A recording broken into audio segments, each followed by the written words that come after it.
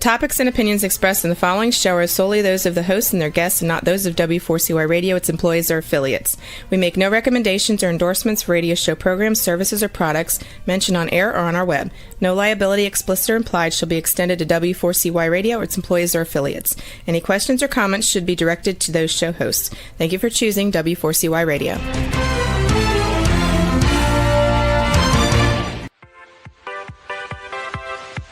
Welcome to the Ask Good Questions podcast, broadcasting live every Wednesday, 6 p.m. Eastern Time on W4CY Radio at W4CY.com. This week and every week, we will reach for a higher purpose in money and life, as well as a focus on health and wellness. Now, let's join your host, Bonita Bell Anderson, as together we start with Asking Good Questions.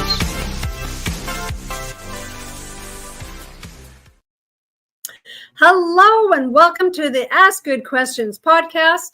I am your host, Bonita Bell Anderson, and today we are talking about savvy Social Security planning for women.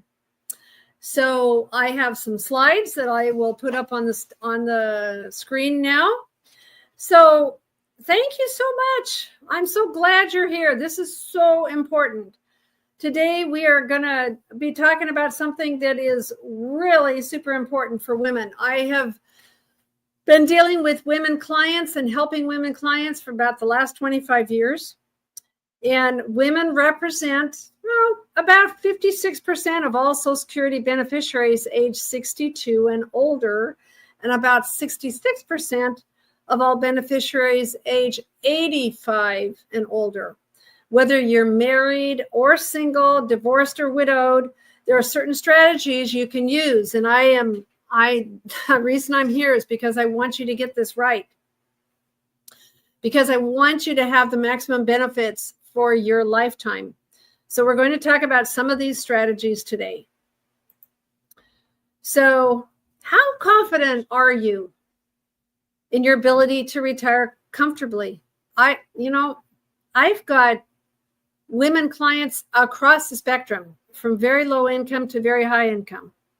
The question was recently posed, this question, to 5,900 men and women who are still working.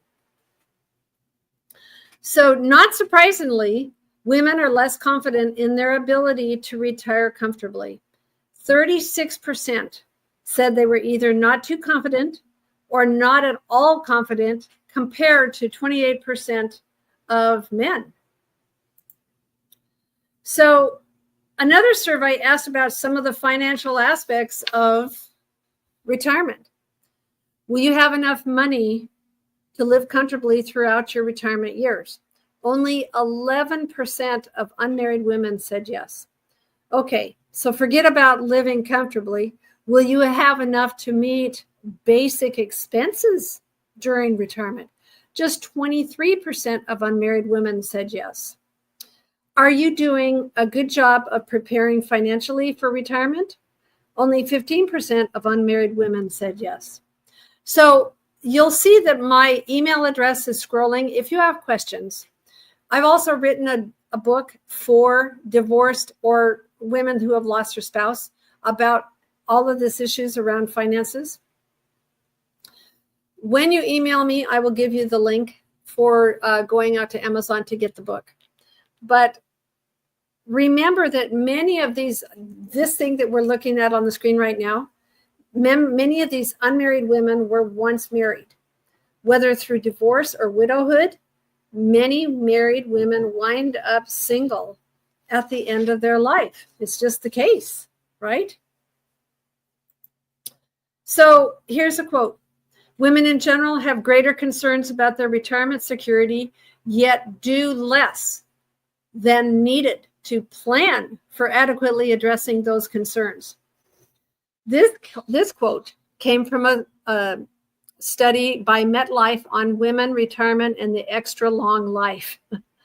Unfortunately, it's true in too many cases, but at least you're here. Whether this is a first step for you or you're one of the savvy ones who have been planning for retirement all along, Gathering information about Social Security and other sources of income in retirement is what you need to do to take care of yourself financially. All right? So here's women's realities. It offers income you can't outlive. Ida Mae Fuller, who was the first recipient of a monthly Social Security check, lived to be 100. And this is back in the 1940s. She received Social Security right up until the month she died. If your monthly Social Security benefit is $2,000 and you live 10 more years, you'll receive a total of almost $300,000 in lifetime benefits. If you live 30 more years, you'll receive nearly $1 million. Hard to believe, isn't it? Because Social Security provides inflation adjusted income for life. The best way to get the most out of the Social Security system is to live a really, really long time, right? So this is something that, how am I going to do that? Well, maybe you should work a little bit longer. I know, you maybe not want to, but paying down debt, adding to retirement savings, reducing how long you have to draw down, for drawing down retirement assets, and raising Social Security benefits are all super, super important things that you should consider. So here's the value of Social Security is really, really, really important. So you need to understand how you can get the most out of this whole thing. So it offers income you can't outlive, right? Women love Social Security. Here's one reason why. It offers income you can't outlive. And so you're going to be getting almost, you could get almost $1 million in benefits if you live to be like 95. That annual, like if you do, like this year it was 2.5%, but if you do an annual cost of living adjustment of 2%, then your monthly income in 10 years would be about $24.38. In 30 years, it's going to be about $36. That's nothing to sneeze at. So now for some fun stuff. Social Security rules and strategies. These can be somewhat complex, I know, depending on your marital status, but it's definitely worth understanding the different rules and strategies because it's what can help you get more out of the system. All right. Okay, let's start with a series of questions. The first question is, do you qualify for Social Security benefits on your own work record, right? You do if you paid into Social Security for at least 10 years. And it doesn't matter if those 10 years occurred all in one stretch early in your life or later in life. Like for me, I've got 3 daughters. The years when I was having babies and a stay-at-home mom, they're big fat zeros on my work record. Also, my first husband, we were overseas in the military in Germany for 4 years in the 1980s. I was taking care of little ones. Actually, my youngest daughter was born in an army hospital overseas during that time. I don't recommend having babies in army hospitals overseas, but you just need 10 years of fairly minimal earnings to be able to qualify. So the next question is, are you currently married? And has your husband started receiving his Social Security benefit? It will become clear later why we are asking these questions. You and or your husband may be able to receive spousal benefits, and we're going to explain that strategy. So then, regardless of whether or not you're currently married, have you been married before? Are there any former husbands, dead or alive, lurking out there? Believe it or not, you may be able to receive Social Security benefits based on a former husband's work record. If your previous marriage ended in divorce, if it lasted at least 10 years, and if you are currently unmarried, you may qualify for divorced spouse benefits. If you're divorced and your ex-husband is deceased, you may qualify for divorced spouse survivor benefits. We'll talk more about that later. And all of these things also, that PDF analysis that I told you that you can get by emailing me, I really want you to get this right.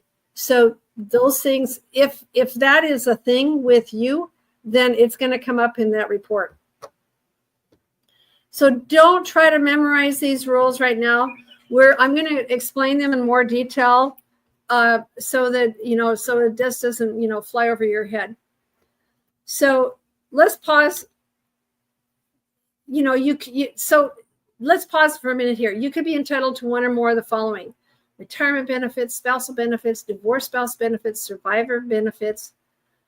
Knowing how to coordinate these things is going to be a critical question for the remainder of your retirement years. All right. So let's define some terms. What is this FRA? That means full retirement age. Most likely, everyone probably that is listening to this podcast is going to be 1960 and later, is probably going to be 67. So that's how I'm going to address it.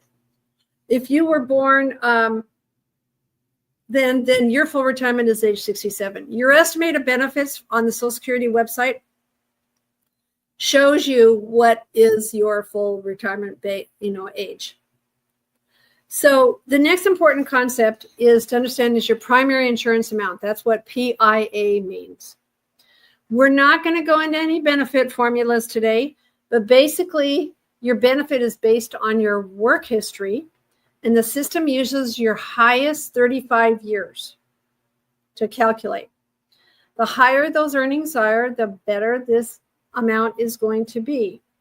So that's one reason why I encourage women to work a little longer.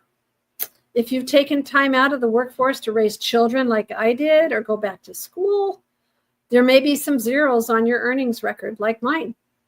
So all you have to do is look at your annual Social Security statement, right? And it's going to show you what your benefit amount is at your full retirement age. And so the benefit amount, that benefit amount is what they call the primary insurance amount. All right. So we're going to talk about retirement benefits. So if you worked for at least 10 years in a job that paid into Social Security, then you're entitled to a retirement benefit. All right. So estimating it, you go to Social Security. You're going to go start an account if you haven't already. You're going to answer some questions for security, and they stopped generating statements and sending them to people a while ago, but you just go online now and you can print it off. And you can access also a retirement estimator through your My Social Security account. And another way to use one of those calculators is on the Social Security website. They have some calculators that you can do too.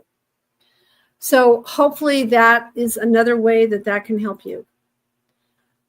So this is a big concept. Your retirement benefit depends on when you claim it. So we talked about your primary insurance amount, or PIA, which is the amount of your benefit. If you apply for Social Security at full retirement age, let's say 67, but what if you apply at a different age? Huh? What do you think? So I'm going to talk to you till I'm blue in the face to not do it before your full retirement age.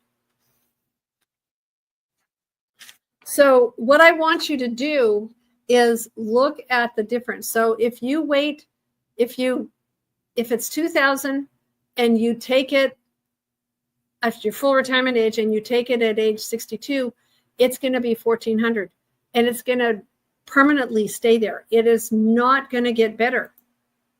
And what if you apply after your full retirement age? Then there's something called delayed credits. Delayed credits means that for those 3 years between age 67 and 70, you'll get an 8% delayed credit. So a benefit at age 67 of 2000 would be 2480 at age 70. I'm going to talk to you about cost of living increases too. That makes a big difference too. So I feel it makes a big difference because you know why? What is your income going to be when you're 75? And what is your income going to be at 85? And what if you live to be 95? That's what I'm wondering about. So here's another reason. Bigger checks to start means bigger checks later. If you do your income at age 70 with a 2% annual income, and if you were here, was the 20, like age 67, 2343 would be 2906 with a 2% income. That delayed benefit just compounds over the years, better and better and better. And so if you waited until age 70 to take 29, by the time you're 75, it's 32. 80, it's 35. 85, it's 39. 90, it's 43. Do you see what I'm saying? I want you to delay benefits because it triggers bigger checks later on for you. It means more income for you later on. So here you go. When to apply. If you apply early, your benefit starts lower and stays lower for life. Here's another scenario. If you just applied and you go, oh no, I've made a mistake. If it's within a year and they've started paying you benefits, you can stop it within that first year and you're going to have to repay back what they gave you, but you can do it and then say, I really made a mistake. I listened to Bonita Bill Anderson and I really should have waited. You have to pay back what they gave you, but then you can stop it and then start it when you should. So COLAs magnify the impact of early or delayed claiming as well. The longer you live, the more beneficial it is to delay benefits, and the decision impacts survivors. If you have a husband, tell him to delay his benefit if he has a higher benefit. That's going to increase your survivor benefit if he dies first, right? So, reasons not to file. Being stuck with the reduced benefit is not the only reason to not file for Social Security before full retirement age. Another reason is that if you are still working, some or all of your benefit may be withheld due to the earnings test. $1 in benefits for every $2 you earn over $23,400 will be deducted. You will not be able to take advantage of these savvy spousal strategies. So after you turn full retirement age, there's no earnings test. So you can receive your full Social Security benefit and earn as much as you want from working without any benefits being withheld. You are going to have to be thinking about taxes, but it is possible. Another reason not to file for Social Security before full retirement age is that you might not be able to take advantage of some of these spousal strategies that we're going to talk about next. All right. So let's talk about some spousal benefits. When Social Security was first instituted in 1935, can you believe it? Most women didn't work. So the system allows for spousal benefits to be paid where women can draw Social Security off of her husband's work account. Now, of course, most women qualify for a retirement benefit on their own work record, but you still may be able to take advantage of spousal benefits. And because Social Security is gender neutral, your husband may be able to take advantage of spousal benefits too.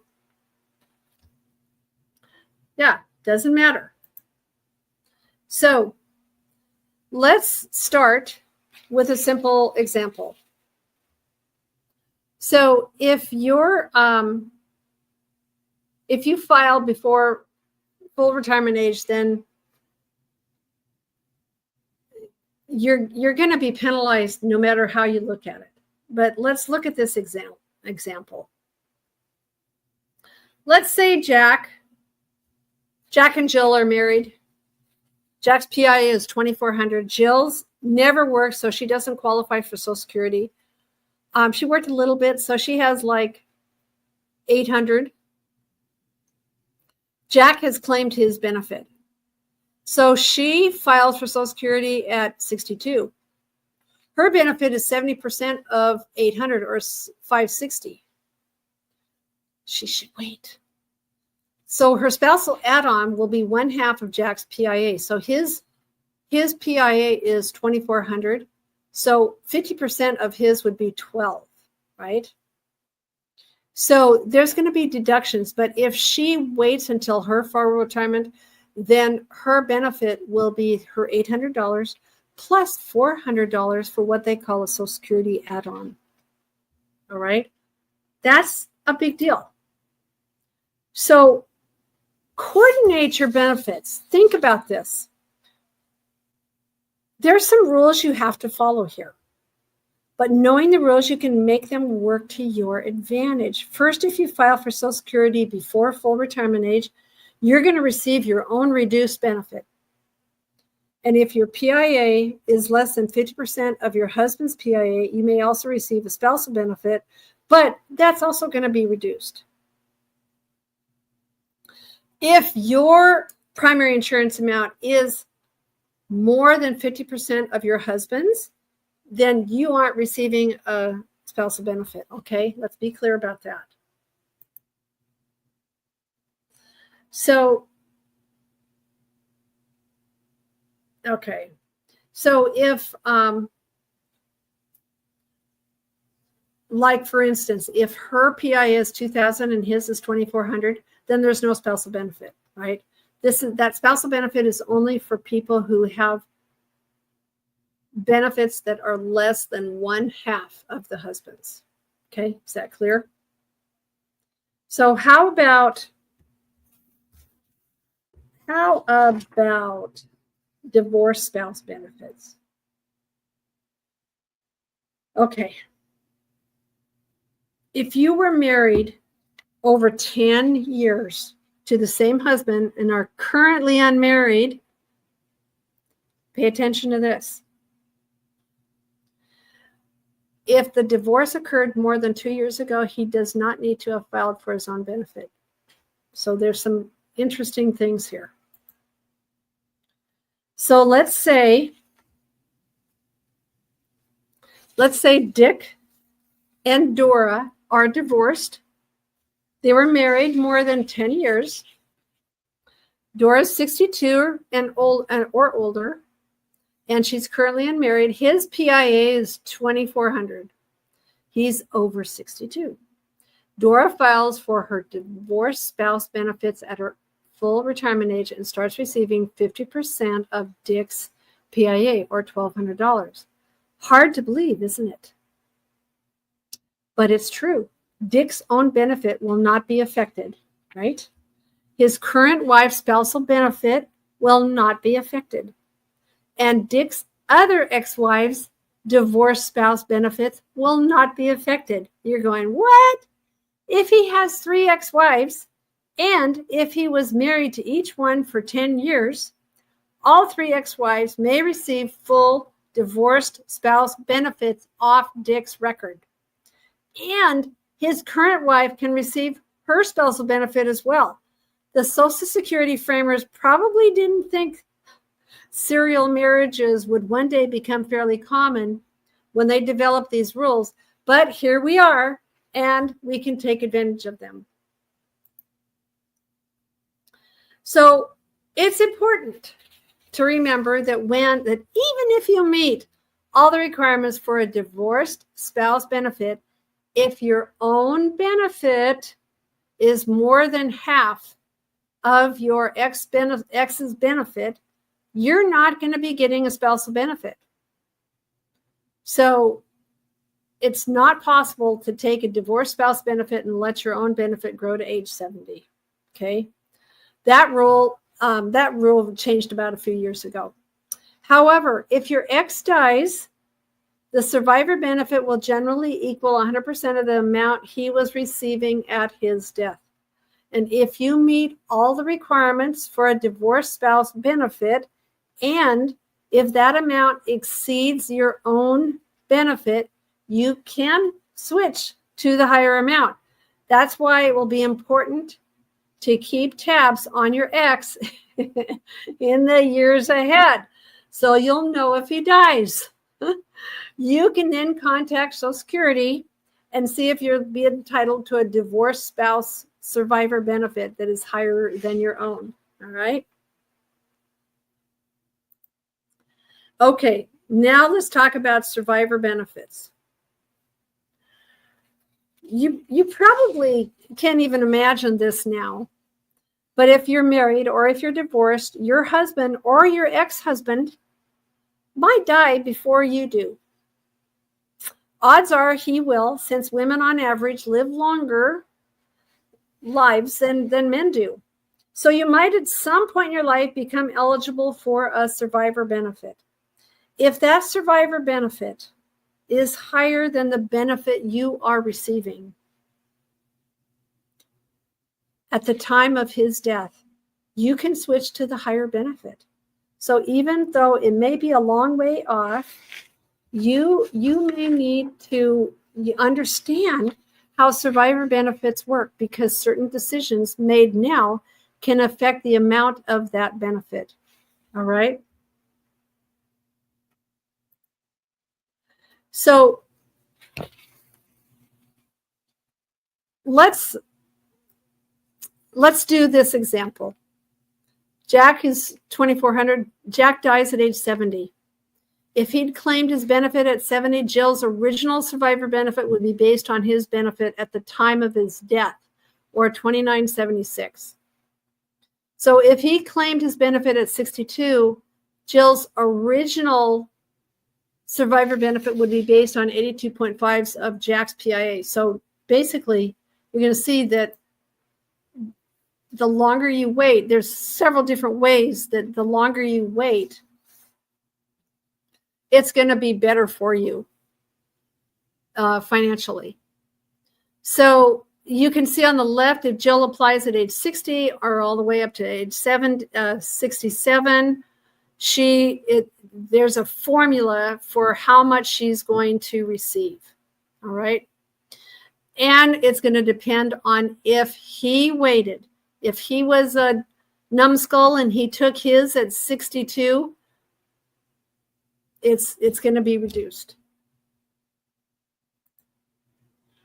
So survivor benefits can be claimed as early as age 60. Hopefully you don't have to do that. Hopefully you can work. And the amount, because if you do that, it's going to be reduced. So young widows shouldn't automatically file for their survivor benefits as soon as they turn 60. They should just work and then file for it when they're going into retirement. To qualify for a survivor income, you have to have been married to the person who died. Living together doesn't count. If he died during the marriage, you only need to have been married for 9 months. If he died after you divorced, that marriage must have lasted at least 10 years. Okay? By the way, same-sex couples now get Social Security benefits as if they are or were legally married. Okay? That's a change to the law as well. So here's the same thing. So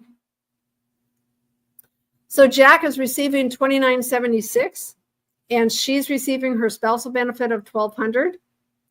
Let's say she doesn't qualify for Social Security on her own work record. She can jump up to Jack's benefit of $29.76 after he dies. But her $1,200 benefit will stop. Please remember that. Whatever the smaller amount is, that is going to go away.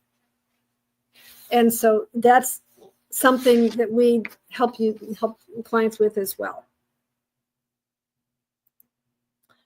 So there's a lot of stuff in here. If your marriage lasted at least 10 years, this whole thing with divorced spouse benefits is the same as widows.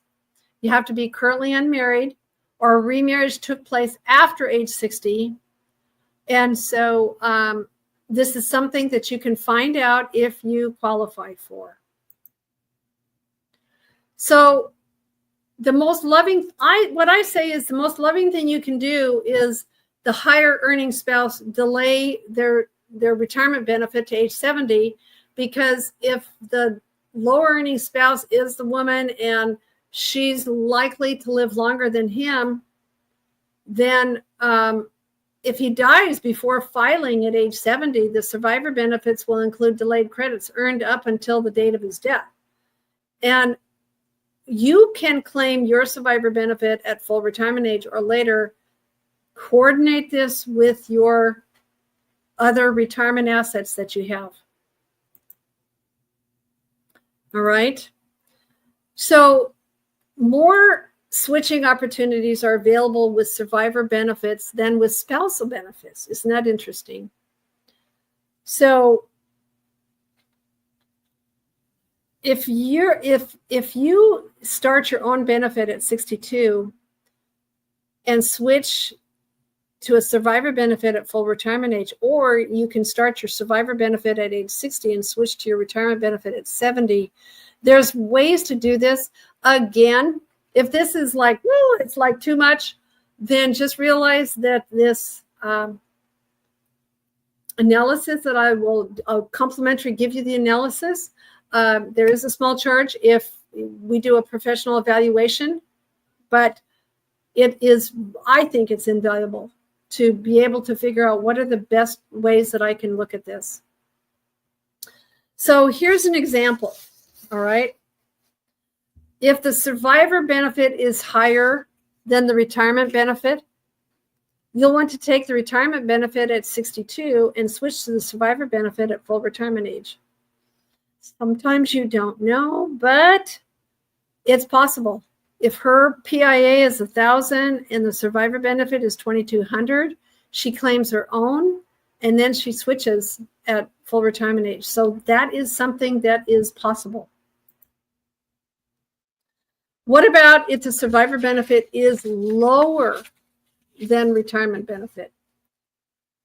Then you'll want to take the survivor benefit at 60. Make sure that when you're talking to Social Security, that you've got the lingo, that you've got the words correct. You want to take the survivor benefit at 60 or as soon as you become eligible for it, and switch to your retirement benefit at 70. In this case, Dora has a high PIA. Her survivor benefit is $1,800, which is less than her own benefit. So she claims her survivor benefit at 60 and receives the reduced amount of $1,287, right? Because it's way before her full retirement age. When she's 70, she switches to her maximum retirement benefit of $2,480. If you're still working, remember that too, and under full retirement age, all or part of your survivor benefits may be withheld for the earnings test. So my rule of thumb is don't take Social Security unless you absolutely have to before your full retirement age. So let's say you get remarried. That's what I did. Now, I got remarried before I was age 60. Keep these rules in mind. If you remarry at any age, you can't receive divorced spouse benefits. So if you're already receiving divorced spouse benefits and thinking about remarrying, understand that your divorced spouse benefit will stop. However, you may be able to get spousal benefits based on your new husband's record. If you remarry before age 60, you can't get survivor benefits or divorced spouse survivor benefits. If you remarry after 60, you can still get survivor benefits or divorced spouse survivor benefits. I know, I know these rules are hard to keep straight, so don't try to memorize them. If you have questions, you can always ask me, or you can call the Social Security Administration, and hopefully you'll get the same answer. Sometimes when you talk to different people, you get different answers. All right, here's a summary of survivor planning, spouse or ex-spouse still living. If you're married, encourage your spouse to delay his benefit to age 70. Okay, that's number one. As for your own benefit, consider your spouse's life expectancy.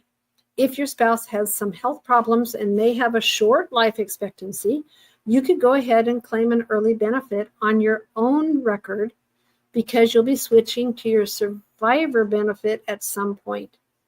On the other hand, if your spouse is in good health and has a long life expectancy, you should maximize your own benefit by delaying it to age 70 because you'll be receiving it for many years before switching to a survivor benefit. That will maximize your income as a couple while you both are alive. All right, clear as mud? So compare your own benefit to survivor benefit. Take the higher benefit last. Don't remarry before age 60. So here's advice for women by marital status. If you're currently married, coordinate your benefits with your spouse. To optimize your benefits, one or both of you would delay the start of benefits to age 70 in order to earn the maximum 8% annual delayed credits. If you're entitled to a spousal benefits, you can file for it as soon as your husband files for his benefit, providing you're at least 62. Remember, your own benefit must be less than what? 50% of his in order for you to get that spousal benefit. You can't take a spousal benefit until he files. And he will want to wait until age 70 to maximize his benefit for himself while he is alive and for you after he dies. In this case, the delayed credits he would get later on are worth more than the spousal benefits you would get now.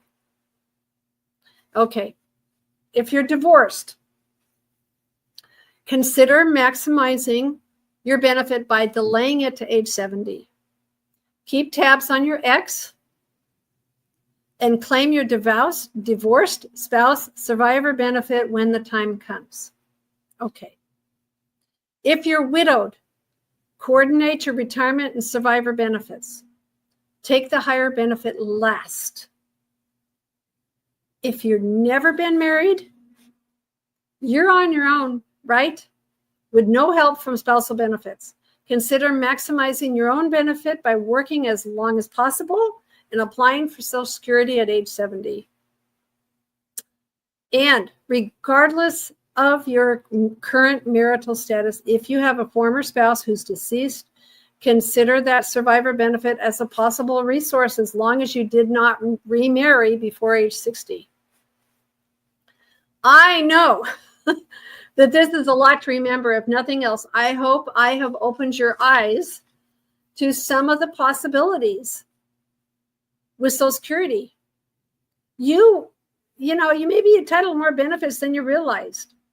So for help with your specific situation, I think this analysis that I offer is invaluable because you could live to be age 95. Social Security does provide inflation-adjusted income that you can't outlive. The decisions you make in your 60s are going to determine the amount of income you have in your 70s and your 80s and your 90s. You have got to remember this. It does make a difference. Delaying the start of benefits will give you higher income later on. I'm thinking about when you're 75 and when you're 85 and when you're 95, right? Coordinating spousal and survivor benefits will give you extra income while you delay your main benefit. We each have a record. Our Social Security number is tied to that amount. So a spousal benefit is actually a benefit that is tied to your husband's Social Security number. Your own benefit is tied to your Social Security number. All right? So make these decisions within the context of your overall retirement income plan. I, again, will tell you that I've written a book for divorcees and widows. And when you email me, I can give you the link to go out to Amazon. Love to have you have the book, because there's a lot of golden nuggets in there about this. And again, that analysis about when to take Social Security is complimentary from me. And there is a small charge for doing a professional analysis with you and valuation. But I think that this is a question that you decide one time, and you want to make it mean the most for you. So thank you so much for your attention and for being here with me today. And thank you so much for attending the Ask Good Questions podcast. And we will talk to you soon. Thank you. Today's episode is over, but we did ask good questions again, didn't we?